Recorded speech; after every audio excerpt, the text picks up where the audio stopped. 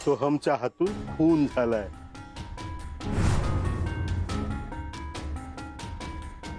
काय खोटं बोलताय तुम्ही? माझा सोहम कधीच खून करू शकत नाही. आसावरीजी, मला माहितीये तुमचा माझ्यावर अजिबात विश्वास नाहीये, म्हणून तर आज मी पुरावाच घेऊन आलोय. तेवढा बघून जा. पण त्याआधी एक कळकळीची विनंती आहे. दोष एकट्या सोहमला देऊ नका, कारण गुन्हा करणारा जेवढा दोषी आहे त्याच्यापेक्षा जास्त दोष गुन्हा लपवणाऱ्याचा असतो, हे लक्षात ठेवा. बघा व्हिडिओ बघा ना.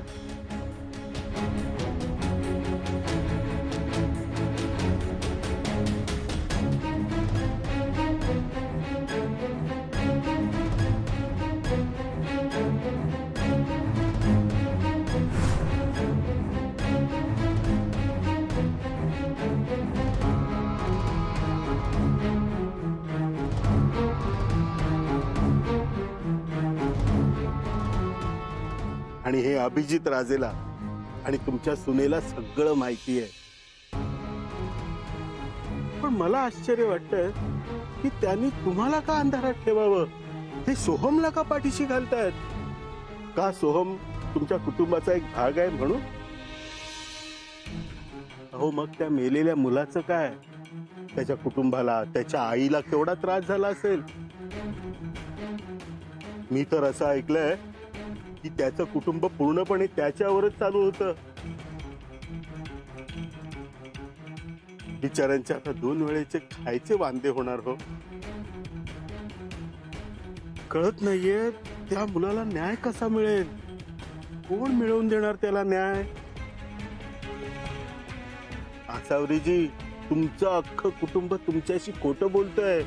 कोणाच्याही मनात तुमच्याबद्दल प्रेम नाहीये, आपुलकी नाहीये, तुमच्या लाडक्या बबड्याबद्दल सुद्धा नाहीये.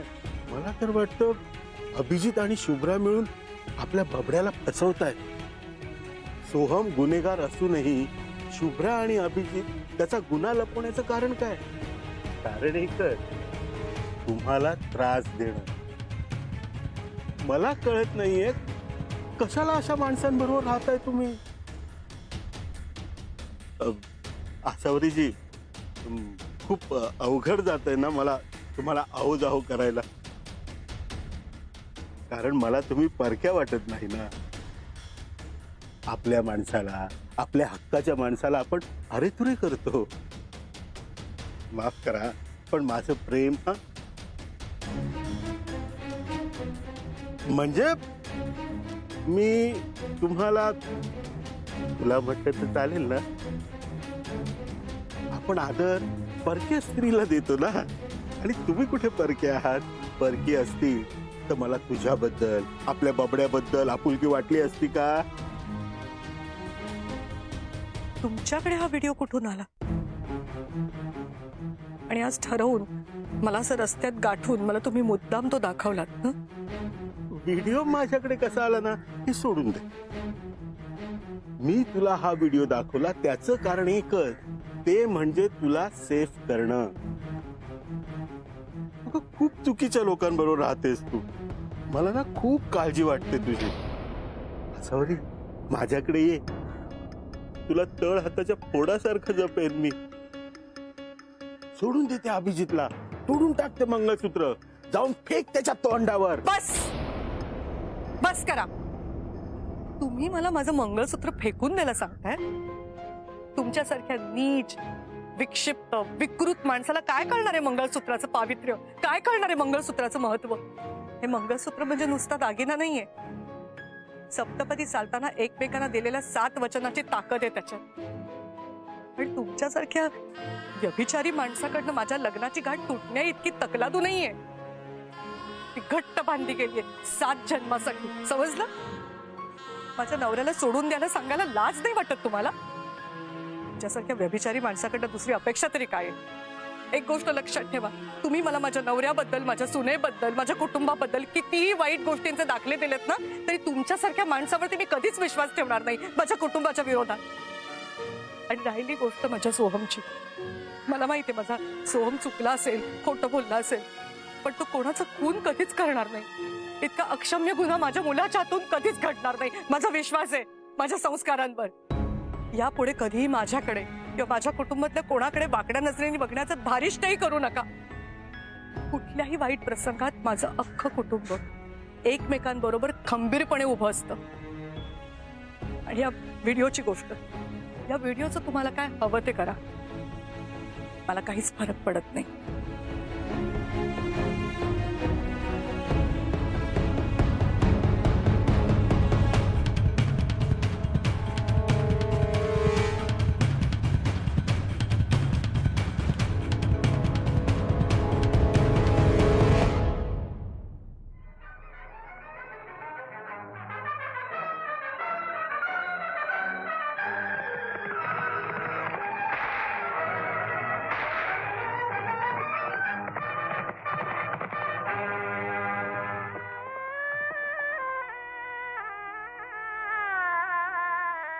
वाह वाह क्या बात.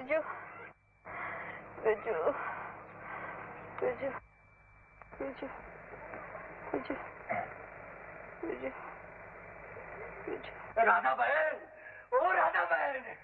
अरे देवी को बहन नहीं, हाँ। माँ कहकर पुकारो. माँ कहकर पुकारता हूँ. माँ, ओ मेरी माँ, बिरजू आ रहा है. बिरजू कहाँ है मेरा बिरजू? कहाँ है? बिरजू, बिरजू, बिरजू, कहाँ है मेरा बिरजू? माँ, तुम्हारे बिरजू ने चिट्ठी भेजी है राधा बहन. मेरी रूपा को लगन मंडप से उठाने आ रहा है. अरे और दरवाजे आसावरी पर आली. बारात रुकी हुई अरे है. ये बस बस आता तुम्हारे 5 सिवा मिनिटापूर्वी कोई सुरू नहीं केली हो फिल्म. सकता, बस बस राधा बस. बहन. मैं आज तुमसे अपनी इज्जत की भीख मांगता हूँ राधा बहन. मुझे माफ कर दो. मैं तुम्हारे पाँव पड़ता हूँ राधा बहन. तुम्हारे पाँव पड़ता हूँ.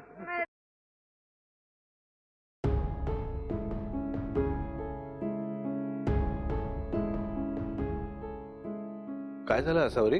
एवढी मोठी गोष्ट तुम्ही माझ्यापासून लपवून ठेवली.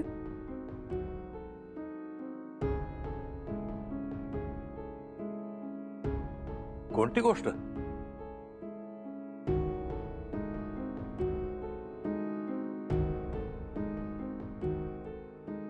ओ बाबा, तुम्हाला या तिघांनी सांगितलं नाहीये.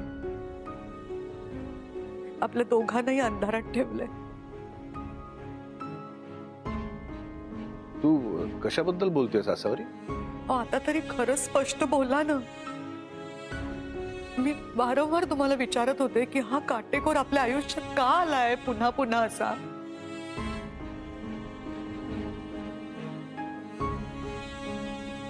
पण तेव्हाही तुम्हाला कोणाला मला सांगावं असं वाटलं नाही. का असं केलं? तुम्हाला असं वाटलं का मी घाबरेन, रडेन, चिडेन, काय करावं ते मला कळणार नाही आणि मी काहीतरी चुकीची वागेन, हो ना? काय बोलतेस तू आसावरी? कोणाला काय बोलतेस? काय झालं ते स्पष्ट सांग ना. काय लपवलं या तिघांनी? बाबा तुम्ही काळजी करू नका, कारण यांनी जे लपवलंय ना ते विश्वास ठेवण्यासारखं नाहीच आहे. पण मला खरंच मनापासून खूप वाईट वाटलंय,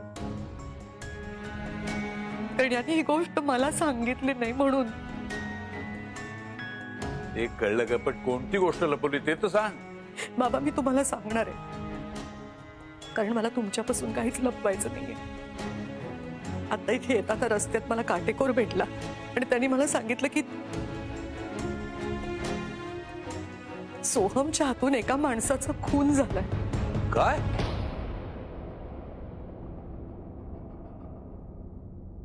बाबा, बाबा हे काटेकोर सांगतोय, त्याच्यावर किती विश्वास ठेवायचा? त्याच्यावर कसला विश्वास ठेवायचा? म्हणूनच मी नाही विश्वास ठेवला.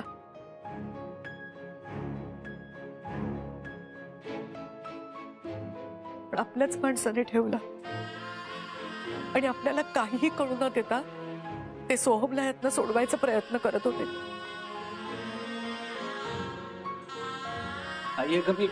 मला माहिती आहे खरं नाहीये. सोहम कधीच कोणाचा खून करणार नाही आणि म्हणूनच आज मी ठामपणे सोहमच्या पाठी या बाबतीत उभी आहे.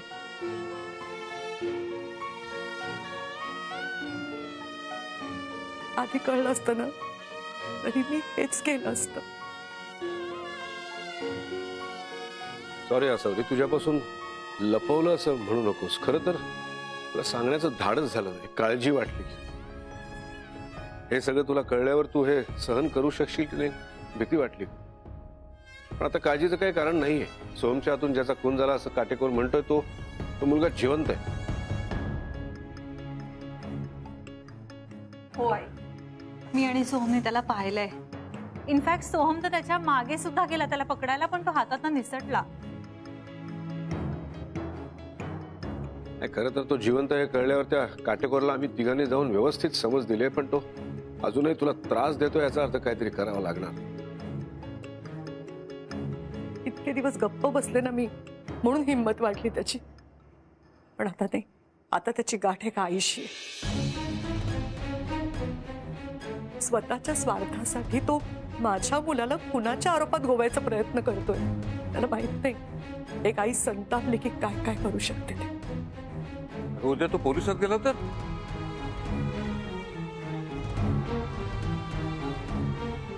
खरं कुठं सिद्ध होईपर्यंत सोम्याला पोलिसांच्या ताब्यात जायला लागेल. नाही नाही बाबा, असं असं नाही होणार. मी असं होऊन नाही देणार. आपण आता ना, आपण मी सांगते तसं करूया. आपण पहिल्यांदा त्या मुलाला शोधायचा प्रयत्न करूया. एकदा तो मुलगा आपल्याला सापडला की काटेकोर काहीच करू शकणार नाही. आणि मी तुम्हाला सांगते, काटेकोर हे एकटा करत नाहीये. तो ज्या व्यक्तीला बरोबर घेऊन हे सगळं करतोय ना, आपण तिला गाठूया. कोणाशी बोलणार आपल्याला काहीच माहित नाहीये. मला माहितीये. चला तुम्ही माझ्यासोबत.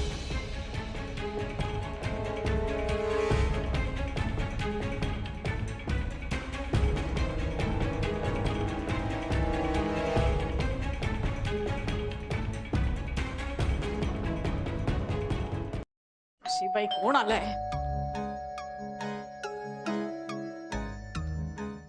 अरे तुम्ही दोघं जोडीने या ना, या.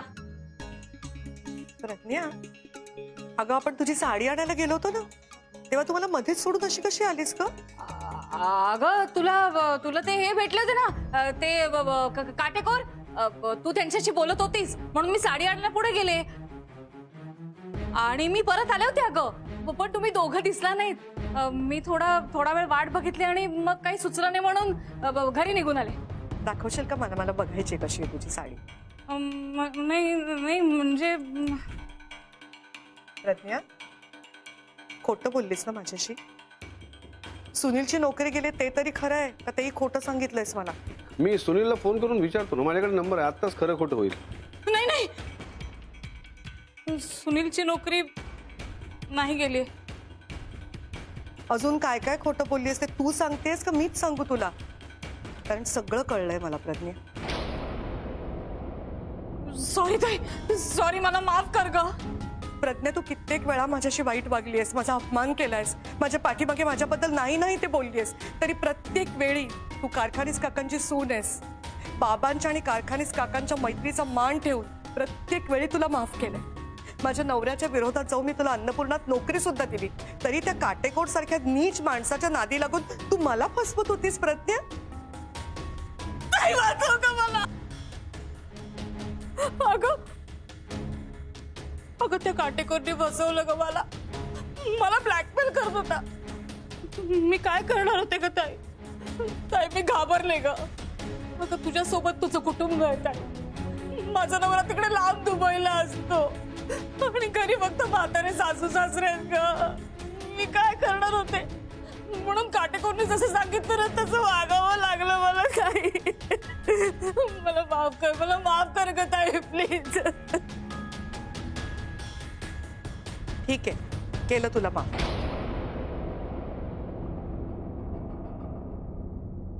तू खरंच मला माफ केलंस? हो, केलं माफ, पण एका अटीवर. कुठली अट? आता तू काटेकोरसाठी नाही, आमच्यासाठी काम करायचंस. ठीक आहे ताई, तुम्ही जसं सांगाल तसं वागायला तयार आहे मी. बोला काय करू? आता तू काटेकोरकडे जायचंस आणि मी जे तुला सांगते ना ते त्याला सांगायचंस. ठीक आहे. काय काय काय काटेकोर, तुमचा प्लॅन फ्लॉप झालाय. या आसावरीला एवढं सगळं सांगून सुद्धा तिला काहीही फरक पडलेला नाहीये. मी स्वतःच्या डोळ्यांनी बघून आली. ती तिच्या बबड्याला अजूनही कुरवाळते, त्याचे लाड करते. तिच्या मुलानं खून केलाय याचं तिला काहीच वाटलं नाही. मी तिला पुरावा सुद्धा दिला. तिने तिच्या डोळ्याने व्हिडिओ बघितला देखील. तुमच्या पुराव्यापेक्षा तिचं तिच्या मुलावर असलेलं प्रेम जास्त आहे. ती एक वेळ पोलिसांच्या हवाली स्वतःला करेल, स्वतः सगळा आळ घेईल, पण तिच्या बबड्याला काहीही होऊ देणार नाही. काहीतरी नवीन शक्कल लढवायला हवी. त्याचा काहीही उपयोग होणार नाहीये. म्हणजे मी तुम्हाला पहिल्यापासून सांगत होते की हे सगळे लोक दिसत तसे नाहीयेत, साधे नाहीयेत. सोहम गुन्हेगार हे माहिती असून सुद्धा त्याला वाचवायचा प्रयत्न करतायत. निर्डावलेले आहेत सगळे. मग आता करायचं तरी काय? आता आपण पोलिसात जायचं. बाबा आपण म्हणजे तुम्ही पोलिसात जायचं. दुसरा काही पर्याय नाही आपल्याकडे. तुम्ही पोलिसात जायचं आणि सोहमचा तो व्हिडिओ पोलिसांना दाखवायचा. बबड्याला लगेच अटक होईल आणि बबड्याला अटक झाली की आसावरीताई धावत पळत तुमच्याकडे येईल, तुमच्या पाया पडेल आणि तुम्हाला म्हणेल, काटेकोर माझ्या बबड्याला वाचवा हो. त्यासाठी तुम्ही म्हणाल ते करायला मी तयार आहे. असं होईल? का नाही होणार? असंच होईल. पण त्यानंतर तुम्ही तिच्यावर उपकार केल्याचा आव्हानायचा, संधीचा फायदा उचलायचा आणि तिला सांगायचं की तुम्ही स्वतः या प्रकरणाचा मुळापासून तुम्ही स्वतः शोध घेतलाय. म्हणजे आता तुम्ही आसावरी त्याला खरं सांगायचं की पप्प्या जिवंत आहे आणि दुसरंच कोणीतरी सोहमला फसवायचा प्रयत्न करत होतं आणि तुम्ही त्याला वाचवणार होतात. म्हणजे आसावरी ताईला तुम्ही हिरो सारखे वाटाल आणि ती कौतुकाने तुमच्याकडे बघत बसेल आणि कायमची तुमची होऊन जाईल.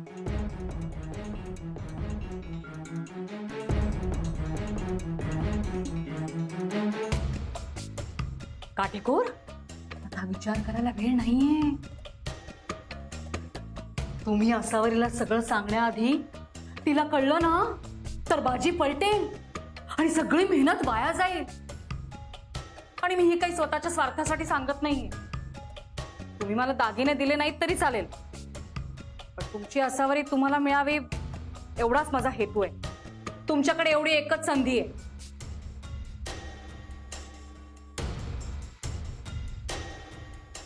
आज पहिल्यांदा अक्कल असल्यासारखं बोललीस.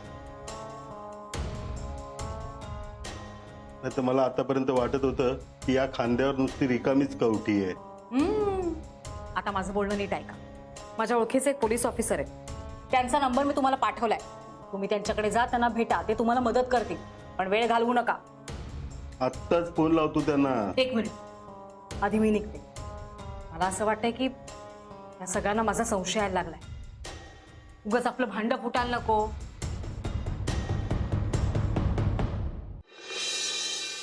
प्रज्ञा, सांगितलं तसं केलंस ना? हो, तुम्ही म्हणाल तसंच केलं सगळं. यांचा नंबर मी काटेकोरना दिलाय. काटेकोर अरविंदला फोन करेल आणि आपल्या ट्रॅप मध्ये अडकेल. हा, तो तुम्हाला फोन करेल किंवा सरळ भेटायलाच बोलवेल आणि त्यानंतर तुम्ही त्याला ब्लॅकमेलिंगच्या आरोपाखाली अटक करू शकता. पुढचं काय करायचंय ना ते आम्ही करू. तुमची मदत आम्हाला फक्त एवढ्यापुरतीच हवी होती. नाही, असं कसं? आसावरी त्यासाठी मी एवढं करणारच. हो हो, नक्कीच. निघा आता. येते ताई.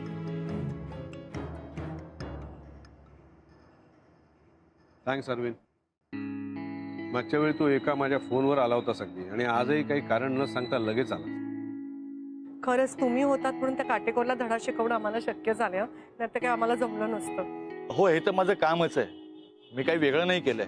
नाही, हा तुमचा मोठेपण आहे. हो हो, असं काही नाही हो. आणि हा बी, त्या काटेकोरचा मला फोन आला ना, मी लगेच तुला फोन करेन. हा, चल बाय.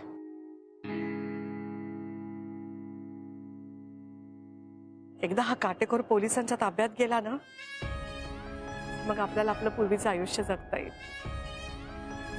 बाबांना हवं तसं. आपलं कुटुंब मनाने एकत्र आलेलं असेल.